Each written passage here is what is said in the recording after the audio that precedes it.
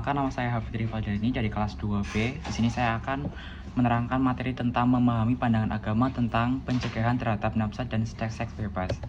Nafsa merupakan suatu zat aktif yang dapat mengakibatkan kecanduan, yang apabila masuk dalam tubuh, nafsa dapat mengakibatkan gangguan kesehatan fisik, psikis, dan fungsi sosial karena mempengaruhi kerja otak dan saraf pusat. Jenis-jenis nafsa yang pertama itu ada narkotika, yang merupakan suatu zat atau obat yang berasal dari tanaman dan organisme lainnya, baik secara sintesis maupun semi-sintesis. Narkotika dapat mengakibatkan penurunan kesadaran sehingga biasanya digunakan untuk mengurangi atau menghilangkan rasa nyeri dalam dunia medis.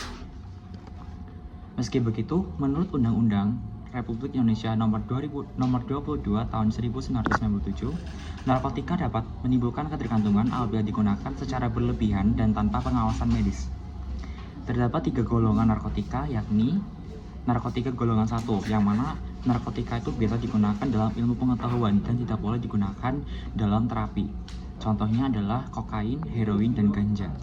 Yang kedua ada narkotika golongan 2, yaitu digunakan dalam bidang medis sebagai obat dan terapi.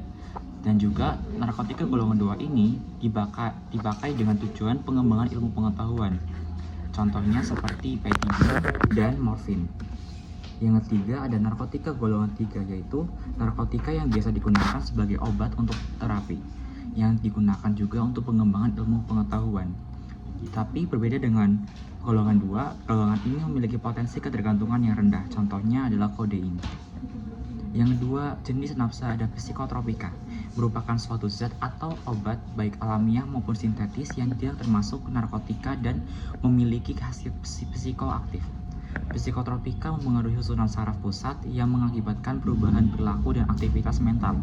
Terdapat beberapa golongan psikotropika, yakni psikotropika golongan 1, yang mana digunakan dalam mengembangkan ilmu pengetahuan dan tidak digunakan untuk terapi. Psikotropika golongan 1 ini memiliki ketergantungan yang cukup kuat, contohnya adalah ekstasi. Yang kedua ada psikotropika golongan 2, yang mana sering digunakan untuk pengobatan dan terapi, contohnya adalah amfetamin. Psikotropika golongan 3 digunakan sebagai obat dan terapi, contohnya adalah phenobarbital. Psikotropika golongan 4 yaitu psikotropika yang biasanya digunakan dalam dunia medis dan pengembangan ilmu pengetahuan, contohnya diazepam dan mirtazepam. Contoh jenis nafsa yang ketiga ada zat adiktif. Zat adiktif merupakan zat yang berpengaruh secara psikoaktif di luar zat narkotika dan zat psikotropika. Zat adiktif ini meliputi alkohol, nikotin, dan kafein.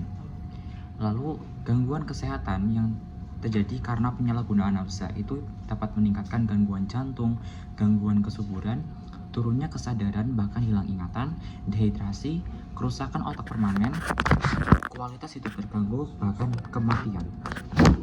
Dalam Islam, penggunaan nafsa dilarang agama. Contohnya pada surat Al-A'raf ayat 157. Allah Subhanahu wa taala berfirman, "Wa yuhillu lahumut thayyibati wa yuharrimu 'alaihimul khaba'is." Yang artinya dan menghalalkan bagi mereka segala yang baik dan mengharamkan bagi mereka segala yang buruk. Quran surat Al-A'raf ayat 157. Yang kedua ada surat Al-Baqarah ayat 195 dan surat An-Nisa ayat 29. Allah Subhanahu wa taala berfirman, "Wala tulqu biaidikum illa tahluka." Yang artinya dan janganlah kamu menjatuhkan dirimu sendiri ke dalam kebinasaan. Quran surat Al-Baqarah ayat 195. Wala taqtulu anfusakum innallaha kana bikum rahima. Yang artinya dan janganlah kamu membunuh dirimu, sesungguhnya Allah yang Maha Penyayang kepadamu. Quran surat An-Nisa ayat 29. Bagaimana sih cara supaya terhindar dari nafsa? Yang pertama adalah selektif dalam memilih pergaulan. Yang kedua, memperkuat pertahanan spiritual. Yang ketiga, jangan pernah mencoba. Yang keempat, memiliki hobi dan aktivitas yang produktif serta positif. Dan yang kelima, berpikir jangka panjang. Selanjutnya, pengertian seks. Seks merupakan segala tingkah laku yang didorong oleh hasrat seksual, baik dengan lawan jenisnya maupun dengan sesama jenis. Bentuk-bentuk tingkah laku ini bisa bermacam-macam, mulai dari perasaan tertarik sampai tingkah laku berperilaku, bercumbu, dan bersenggama. Objek seksualnya bisa berupa orang lain, orang dalam khayalan, atau bahkan diri sendiri. Tahapan-tahapan perilaku seks. Yang pertama ada and exploration, yaitu rangsangan terhadap diri sendiri dengan cara berfantasi, menonton film, dan membaca buku-buku porno. Yang kedua, autoseksualitas, seperti masturbasi, yang mana perilaku merangsang diri sendiri dengan melakukan masturbasi untuk mendapatkan kepuasan seksual. Yang ketiga ada heteroseksualitas, seperti kissing and necking, yaitu saling merangsang dengan pasangannya, tetapi tidak mengarah ke daerah sensitif pasangannya, hanya sebatas cium bibir dan leher pasangannya.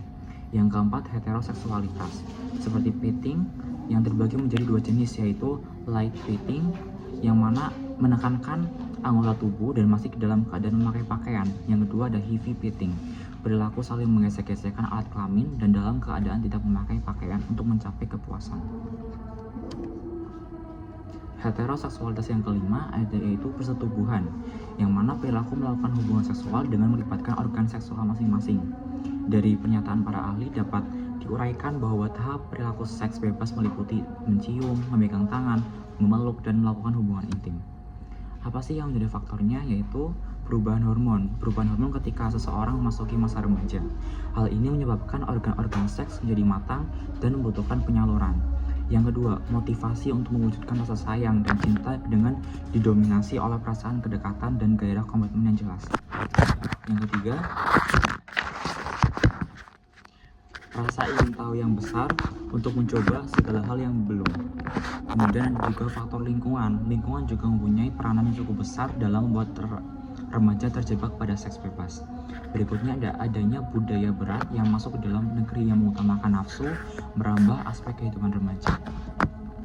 Larangan perilaku seks bebas dalam Al-Quran, yaitu surat Al-Isra ayat 32. Allah Subhanahu wa taala berfirman, Bismillahirrahmanirrahim, wala taqrabuz zina innahu kana fahisyatan wa sa'a sabila, yang artinya, dan janganlah kamu mendekati zina itu sungguh suatu perbuatan keji dan suatu jalan yang buruk. Quran surat Al-Isra ayat 32.